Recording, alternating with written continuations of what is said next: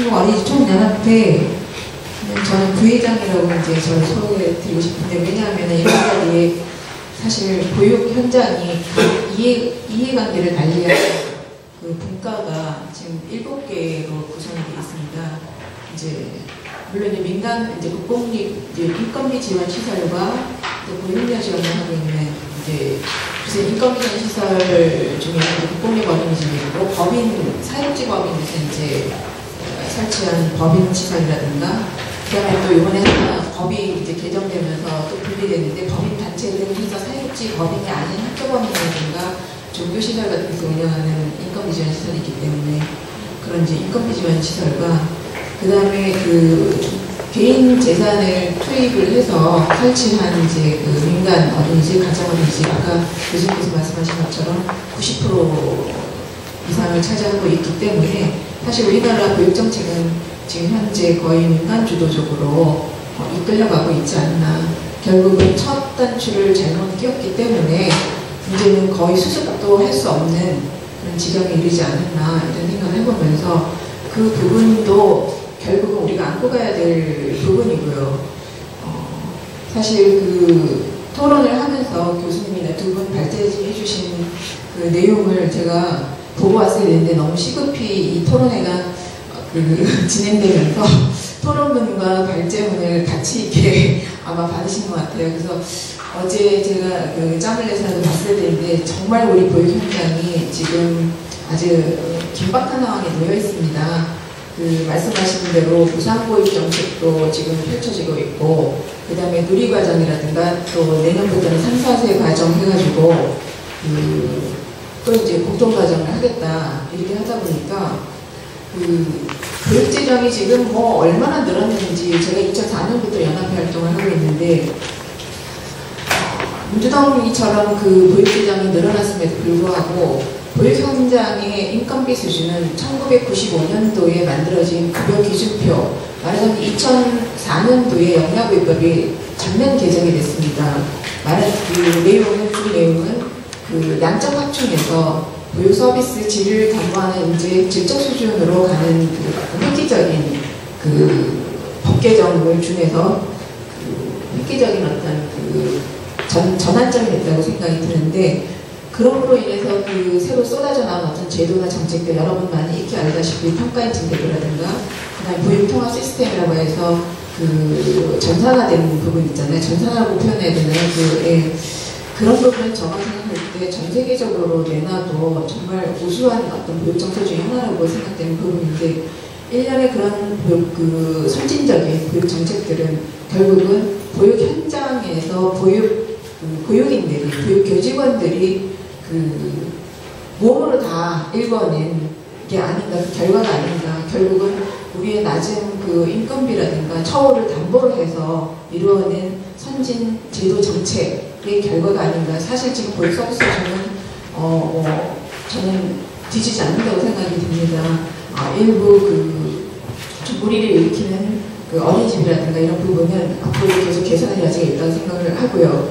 그래서 오늘 말씀드릴 부분은 그 무상보육 그 정책이 발표된 이후 그 3월 초에 또 무상보육 정책에 대한 어떤 토론의 그 기회를 가졌었는데, 그 당시에 제가 썼던 원고를 중심으로 요즘 그 실제 적용하면서 현장에서 이제 보여지고 있는 모습들을 더 가감해서 말씀드리도록 하겠습니다.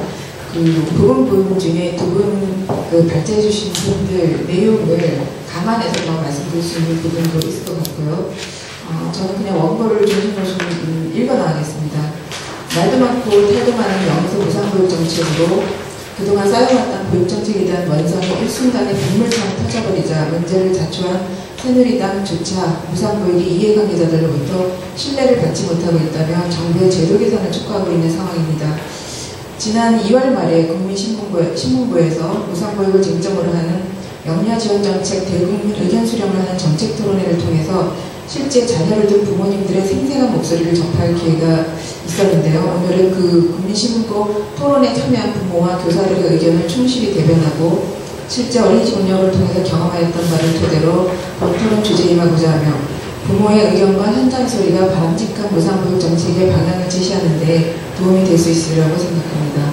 아울러 이번 토론을 준비하면서 무상교육 정책에 대한 각계의 전문가 의견이나 자료를 탐색하였으나 그들도 부모님이나 교사들의 생각과 요구와 결코 다르지 않음을 발견할 수 있었으며 전문가이든 부모나 어린이집 현장이든 간에 그 어느 쪽의 의견도 경청하지 않은 채 지지와 환호 속에서 무상교육의 출발점을 기대한 정책 결정자들에게 그 시작도 하기 전부터 정책 수정이 불가피하다고 예측되어진 결국 그 어느 누구에게도 환영받지 못하는 갈수록 태산인 무상교육 정책이 될 수밖에 없음을 감히 언급하면서 본 토론을 시작하고자 합니다.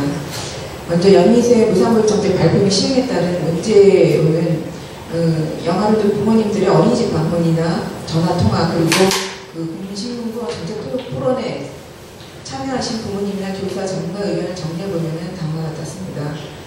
영희세 이제 연령대별로 부모님들의 의견이 상당히 폭주했었는데요. 영희세 부모 같은 경우는 어린이집을 이용하지 않아도 되는 전업주부 자녀까지 어린이집 이용 신청이 쇄도해서 결국 며칠 전에 찾아보니까 무상교육 2달 만에 영희세아가 28.9%가 증가한 74만 500명 정도가 지금 이용을 하고 있다고 하고요.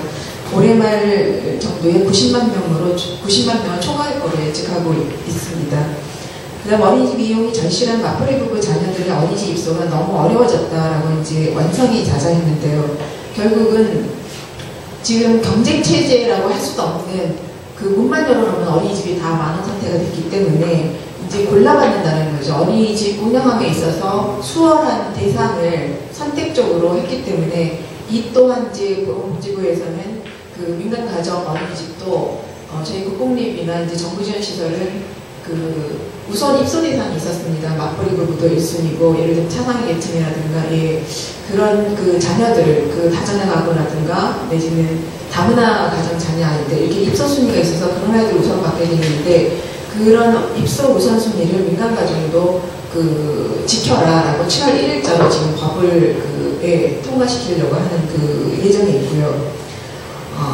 영아발달의 특성은 전혀 고르지 않고 장시간 보육이 관장되고 있습니다. 이 부분이 가장 큰 이제 부모님도 알고 있더라고요. 저희 현장에서는 이걸 상당히 문제시하고 있는데 부모님들도 알고 계셨고 현재 어린이집의 법정 정원들은 수요를 감당할 수 없으니까 어떻게든 공간을 늘려달라 하는 게 이분들의 의견이었습니다. 부모님들이. 그 다음에 아이를 보내려고 해도 안심하고 맡길 수 있는 어린이집이 부족하다는 의견도 많으셨고요. 그럼에도 불구하고 선택적으로 질 높은 어린이집을 보내고 싶다는 부모님의 의견과 이런 거 무상보육이 건 다 필요 없다. 돈을 내서라도 꼭 국공립 어린이집을 이용하고 싶다라는 부모님들 의견이 있었습니다. 차라리 무상보육보다는 교육의 질을 담보할 수 있는 어린이집 운영이나 교사 수준을 좀 높여달라.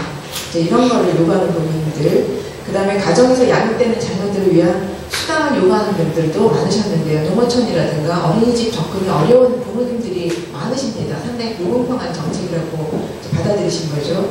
그래서 이제 양육수당을 요구하시는 분들도 꽤 많으셨고, 제가 부모의 도덕적 해이라고 했는데 요즘 신문지에서 많이 나는 내용 중에 하나가 말하자면 내 아이를 보내는 것처럼 해줄 테니까 어린이집에서 그 보육료 지원이 나오면 반은 달라 해가지고 지도점검상 그에 관련된 어린이집들도 있고, 저는 또 어떤 부분에서 말씀드리고 싶으냐면은 저희 어린이집 선생님이 아닌 무슨 빗장이 같은 느낌을 많이 받습니다. 요즘에 당연한 권리가 내지는 신뢰가 전혀 형성되지 않은 상태에서 아이들을 맡기다 보니까 조금만 불편하고 의구심이 되는 거를 어린이집에서 해결하려고 하지 않고 무조건 민원을 넣어서 공무원들도 상당히 애로사항을 많이 말씀하시고 계십니다.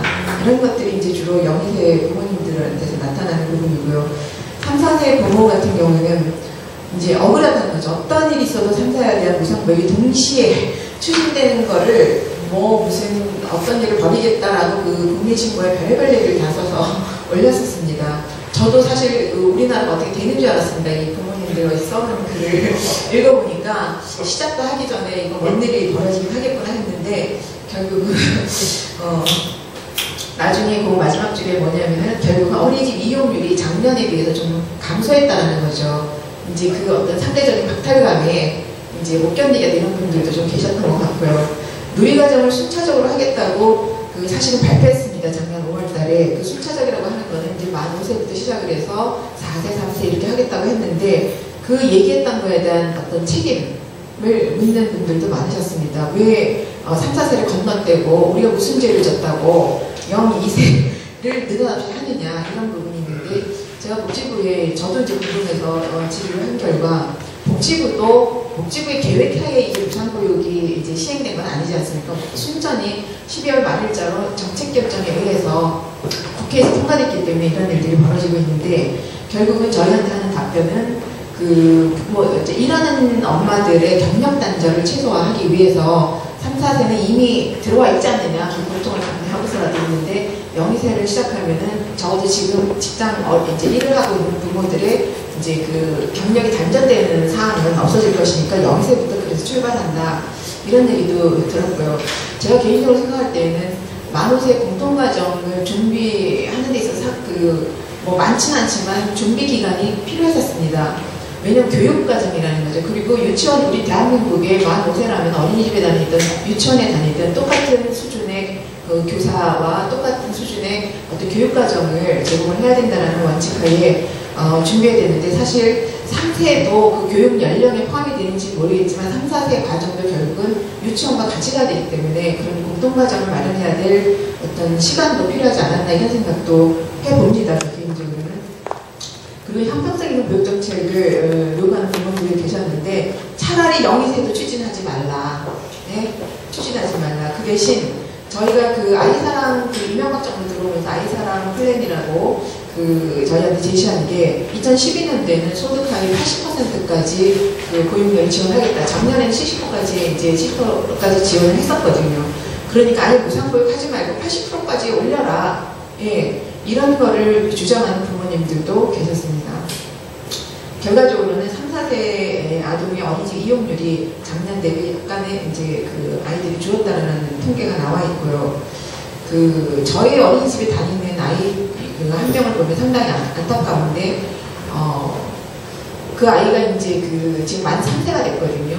근데 만 2세까지 올해부터 무상보육인데 그 아이는 이제 두 분이 맞벌이급이어서 경제적인 어려움이 좀 덜어졌습니다. 그래서 2세까지 보육료를 내셨어요. 사실 하위 초시 70%까지 지원을 하다 보니까 보육료 내는 전액 내는 아이들이 그렇게 많지는 않은데 그 아이는 전액을 냈는데 지금 만 3세가 됐는데 3, 4세 건너뛰고 만 5세 누리과정 하다 보니까 정말 제가 생각해도 너는 잘못 태어난 것 같다.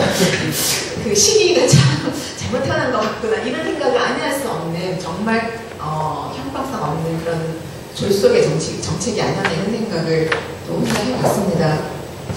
또 이제 요즘에 이제 드러난 지방정부 입장에서는 지방정부의 복지재정 부담 증가로 인해서 다른 분야의 복지 서비스의 불균형까지도 초래하게 됐고 또 전체 재정을 악화하는 어떤 요인이 되고 있다. 교육 재정이 이렇게 이제 얘기하시고 급기야 정부 시도지사 협의회에서는 추가적인 국가 지원이 없을 경우에는 무상보육을 중단하겠다는 성명서를 발표에 이르렀습니다.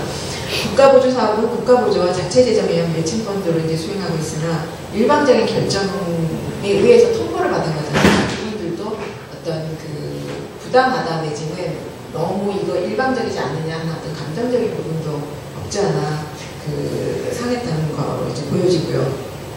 우리 어린이집 입장에서 말씀을 드리면 사실은 만 5세 공통과정을 하면서 저희 보육 현장에서 고민했던 부분은 이거 유보 일원화 되는 거 아니냐. 사실은 저희 여러분들은 뭐 이렇게 체감하시지 못하실 것 같지만 보육이냐 교육이냐 유아교육이냐 그래서 유보 일원화나 이렇게 했을 때 누가 주도권을 갖고 가느냐 내지는 이런 거에 대한 사실은 행정이나 이제 이런 돈 지원하는 데나 이런 데 있어서는 똑같은데 왜 너희 둘은 만나기만 하면은 보육 똑같은 것 같은데 남들이 보기에는 똑같은 것 같은데 왜 그렇게 합치지 못하고 싸우고 있느냐 이런 부분이 실제적으로 우리가 아이 입장 생각하면은 싸우는 일이 하나도 없습니다. 그런데 그 이해관계에 얽혀서 결국 유아교육은 100여 년의 역사를 가지고 있기 때문에 유아교육이 이 부분은 주도해야 되겠다.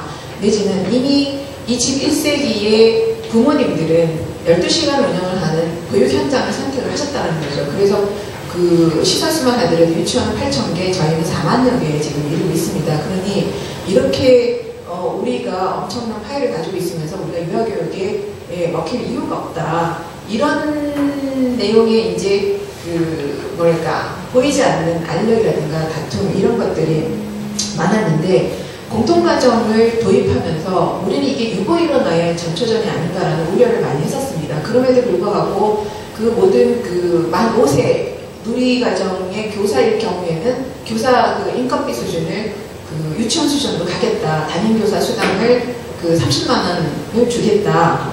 뭐 보육 단가를 느닷없이 저희가 그 사실은 교사 나동 비율이 어린아이일수록 비율이 낮지 않습니까? 그렇기 때문에 보육 단가가 보육 비용이 0세가 연령이 낮아질수록 비용이 비싼데 높은데 단가가 높은데 사실은 누리과정으로 인해서 만 1, 2세 빼놓고서는 만 5세가 보육단가가 확 올라갔다는 거죠. 20만 원으로요. 그런 부분에 있어서 저희가 수없이 저도 2004년부터 그 연합회 활동을 하는데 수없이 어떤 논리와 근거와 여러 가지 어떤 그 현장의 어떤 그 사례들을 대놓고서 저희 인건비라든가 처우가 개선이 되어야 된다고 주장을 해왔음에도 불구하고 여러 가지 정말 상상할 수 없는 여러 가지 이유를 대면서 안 되는 그 이유들을 말씀해 주시다가 어느 날 갑자기 누리과정을 통해서 그 단가가 확 올라갔다는 거죠.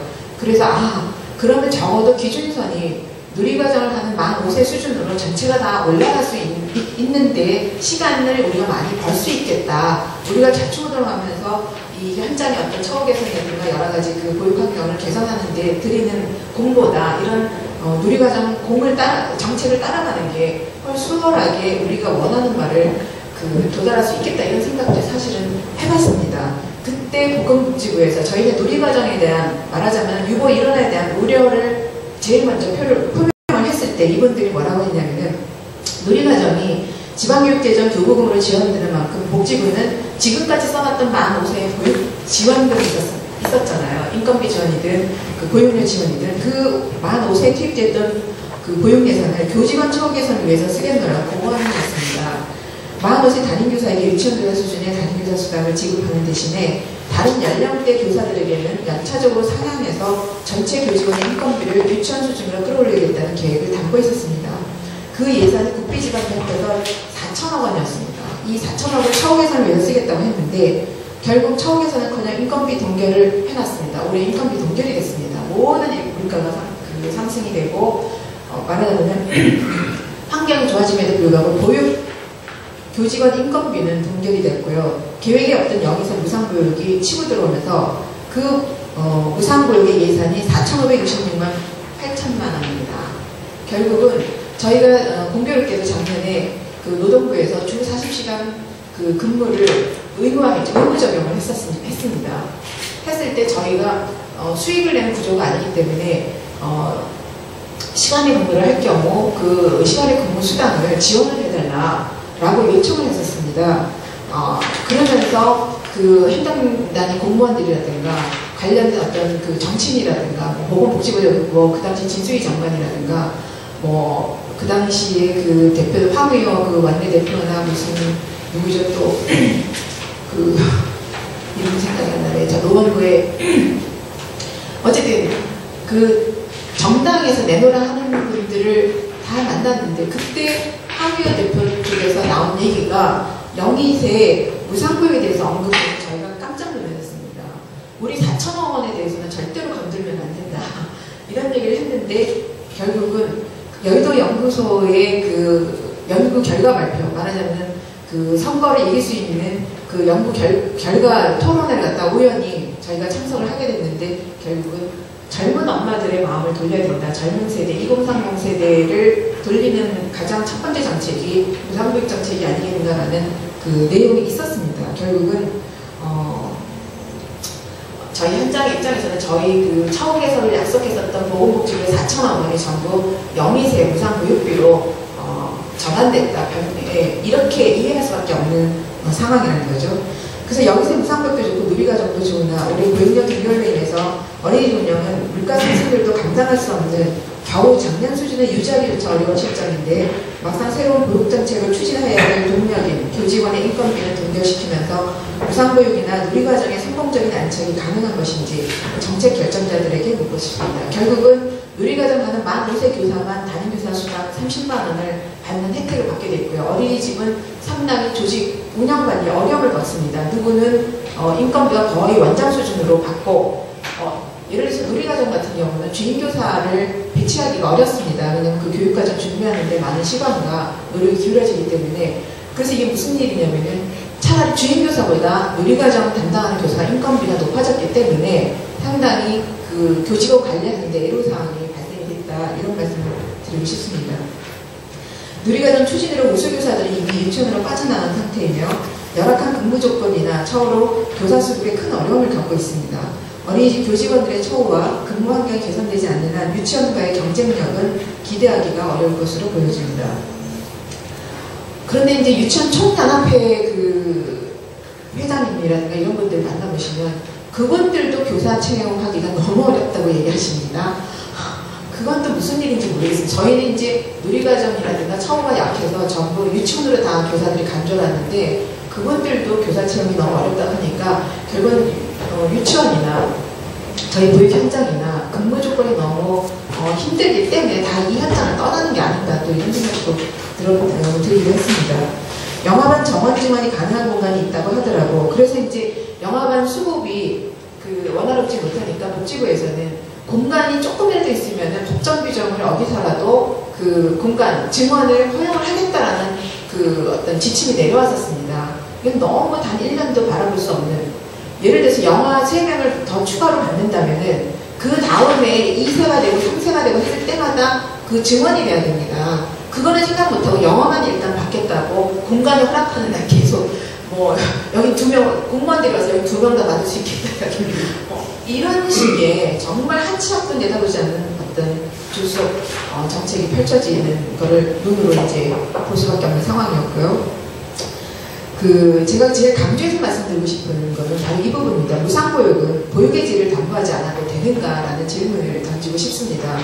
결국 아까 교수님께서 보편주의 서비스 개념에서 무상보육을 상당히 환영하신다라는 말씀을 하셨는데, 저도 그 부분에 대해서 입장을 같이 하고 있으나 사실 시기적으로 너무 빠르지 않았나. 질적인 어떤 보편주의도 가늠이 돼야 됐었다는 거죠. 결국은 선진국의 무상보육이다, 아까 100% 무상보육은 사실은 거의 없더라고요. 무상보육 내지는 국가가 거의 지원을 하는 선진국들을 봤을 때 국공립시설, 대부분의 국공립시설이 60~70% 정도가 이미 깔려있는 상태에서 그런 정책들을 팠을 때 국가 수준의 국가가 원하는 어떤 국가가 왜 이런 정책을 펴는가에 대한 어떤 목적을 달성할 수 있는 정책을 펼 수 있는데, 우리는 아무리 쏟아부어도 말하자면은 밑빠진 듯을 물붓는 그런 결과가 나지 않을까. 상당히 요원한 정책의 효과가 드러나기에는 너무 요원한 그런 상태가 아닌가 이런 생각을 해봅니다. 그 부분은 공보육이라든가 지금 얼마 전에 여러분 경험하셨겠지만 휴원을 전제로 한 어떤 그들이 요구하는 것들이 있었다는 거죠. 아까 교수님께서 말씀하신 바우처제도 시행이 있어서 부모에게 직접 비용을 주는 건 어떻게 하느냐, 이거를 주장합니다. 이건 뭐냐면 사실은 저희가 너무나 지나친 규제에 아주 너무나 힘든 입장에 처해져 있는데요. 보육료를 열흘 이상 온 아이들만 카드를 결제하게 되어 있습니다. 그러면은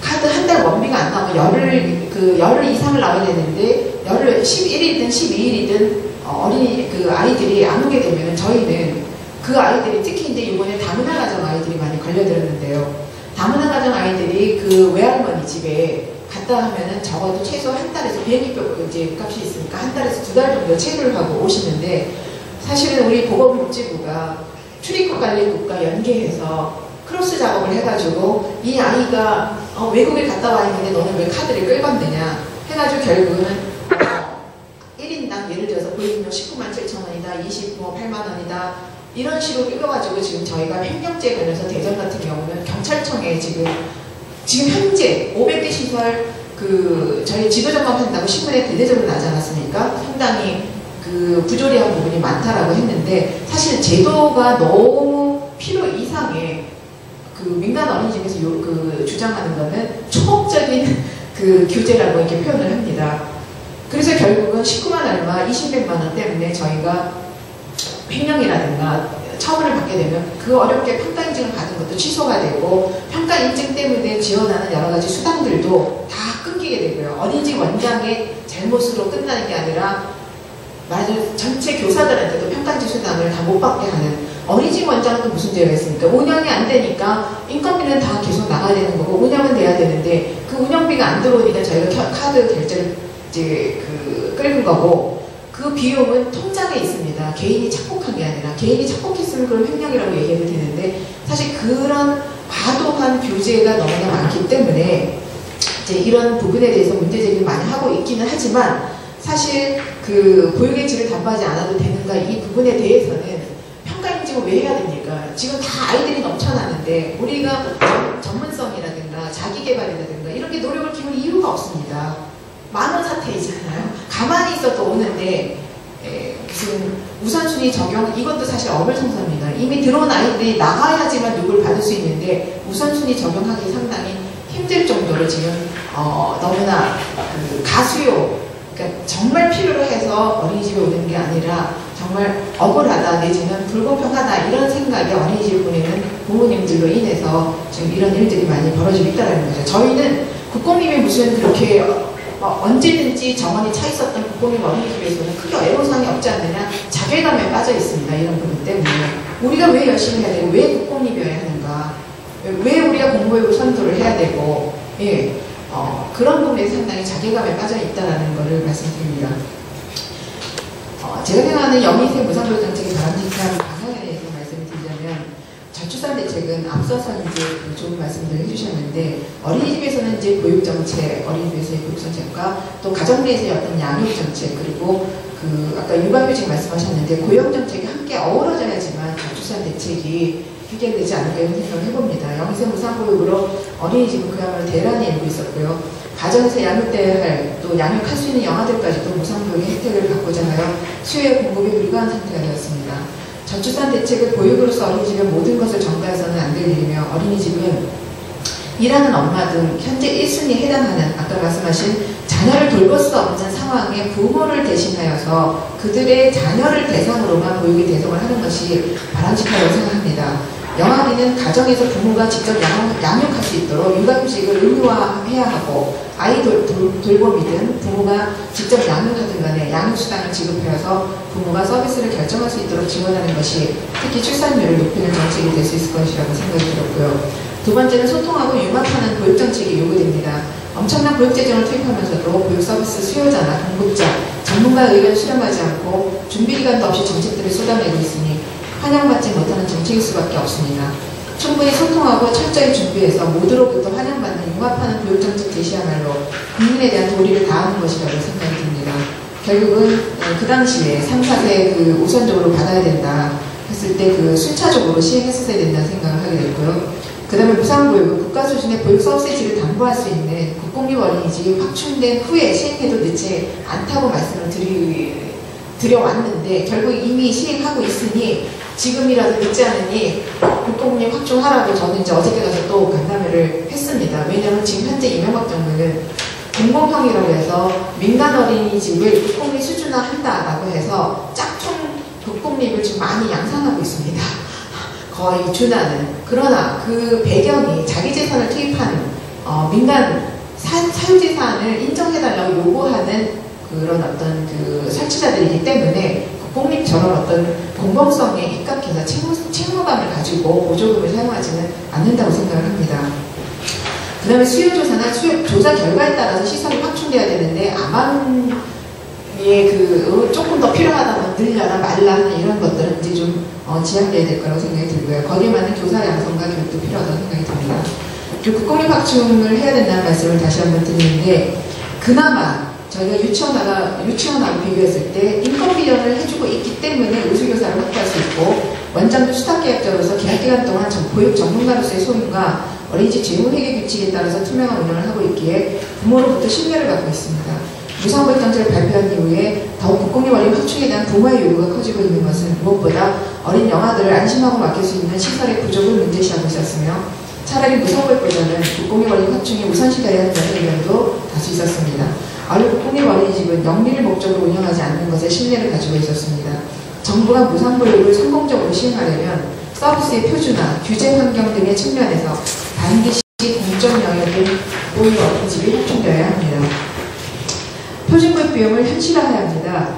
표준보육 비용을 산정할 때 비용 산출 자료로 급여 기준표나 물가지표, 보육시간 등을 근거로 하고 있습니다. 지금까지 1, 2차에 걸쳐서 표준보육 비용을 산출하긴 했지만 그 근거 자료가 된 급여 기준표만 예를 들어도 현재 저희가 적용받고 있는 기준표가 지금 보육교사 자격증을 국가가 요구하고 있는데 1, 2, 3급이 있음에도 불구하고 급여는 차이가 없습니다. 그러니 질 낮은 사람을 채용할 수밖에 없는 상황이 되고요.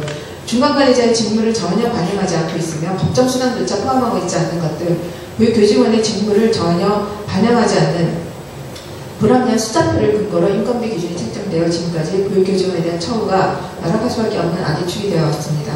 반드시 표준보육 비용 현실화를 통해서 교사 처우를 개선하고 보육서비스의 품질을 담보할 수 있는 우수인력 확보를 통해서 무상보육이든 누리과정이든 국가 수준의 우수한 보육정책이 성공할 수 있다고 생각합니다. 다음으로 영유아의 발달에 적합한 표준보육시간을 제시하고 적용해야 합니다.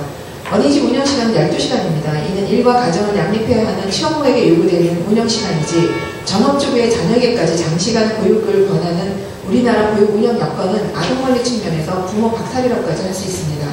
영유아의 이익이 최우선이 되어야 한다는 보육 이념에 따라서 아동의 발달에 적합한 표준 보육 시간을 제시해야 하고 전업주부와 시험부의 자녀에게 제공되는 보육 서비스 이용 시간은 반드시 구분되어야 합니다. 그런데 보건복지부에 이걸 요구했습니다. 그랬더니 보육 비용을 깎아야 된다고 합니다. 저희가 이걸 기준으로 하는 게 아니라 오히려 여기서 시간제로 반일제만 이용하겠다 하면 보육료를 반만 내게끔 해야 된다는 겁니다. 저희는 어떻게 보면 종일제 시스템으로 지금 다 설치를 해놓고 이걸 인정할 경우 그래서 이런 얘기는 주장하지도 말고 요구하지도 말아라 이렇게 정책비를 압박하고 있습니다. 끝으로 보육재정을 GDP의 2% 정도로 확보해야 한다고 말씀드리는데 교수님 말씀하신 그 0.7%가 OECD 국가 평균치라고 써있는데 제가 알기로 OECD의 지금 국가 수준의 이런 무상보육 체제가 운영되는 데는 2% 정도라고 이제 제가 알고 있었고요. 현재 작년에 저희가 0.5% 지금 무상보육을 하면서 0.7%가 됐다고 이제 제가 들었고 내년에 3, 4세 무상교육까지 했을 때는 누리과정까지 했을 때는 1.5%가 된다고 합니다.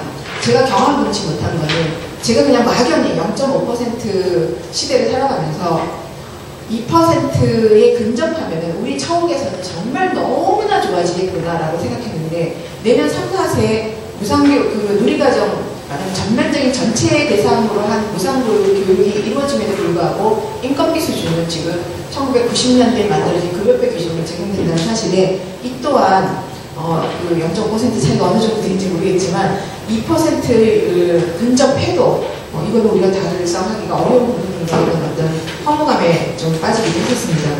사실 재정이 한정되어 있으니 아랫돌까지 윗돌을 붙이는 경우에 보육정책이 있을 수밖에 없으며 OECD 국가의 경우 최소한의 국가 수준의 보육정책을 수행하려면 GDP 2% 정도의 보육재정을 확보해야 한다고 하나 현 우리나라 실정은 0.7% 정도에 불과하답니다.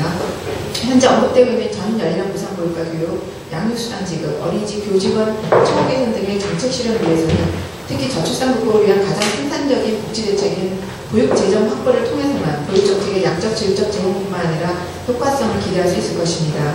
아울러 지방비 부담액을 전액 국비로 충당할 수 있는 재원 조달 방안도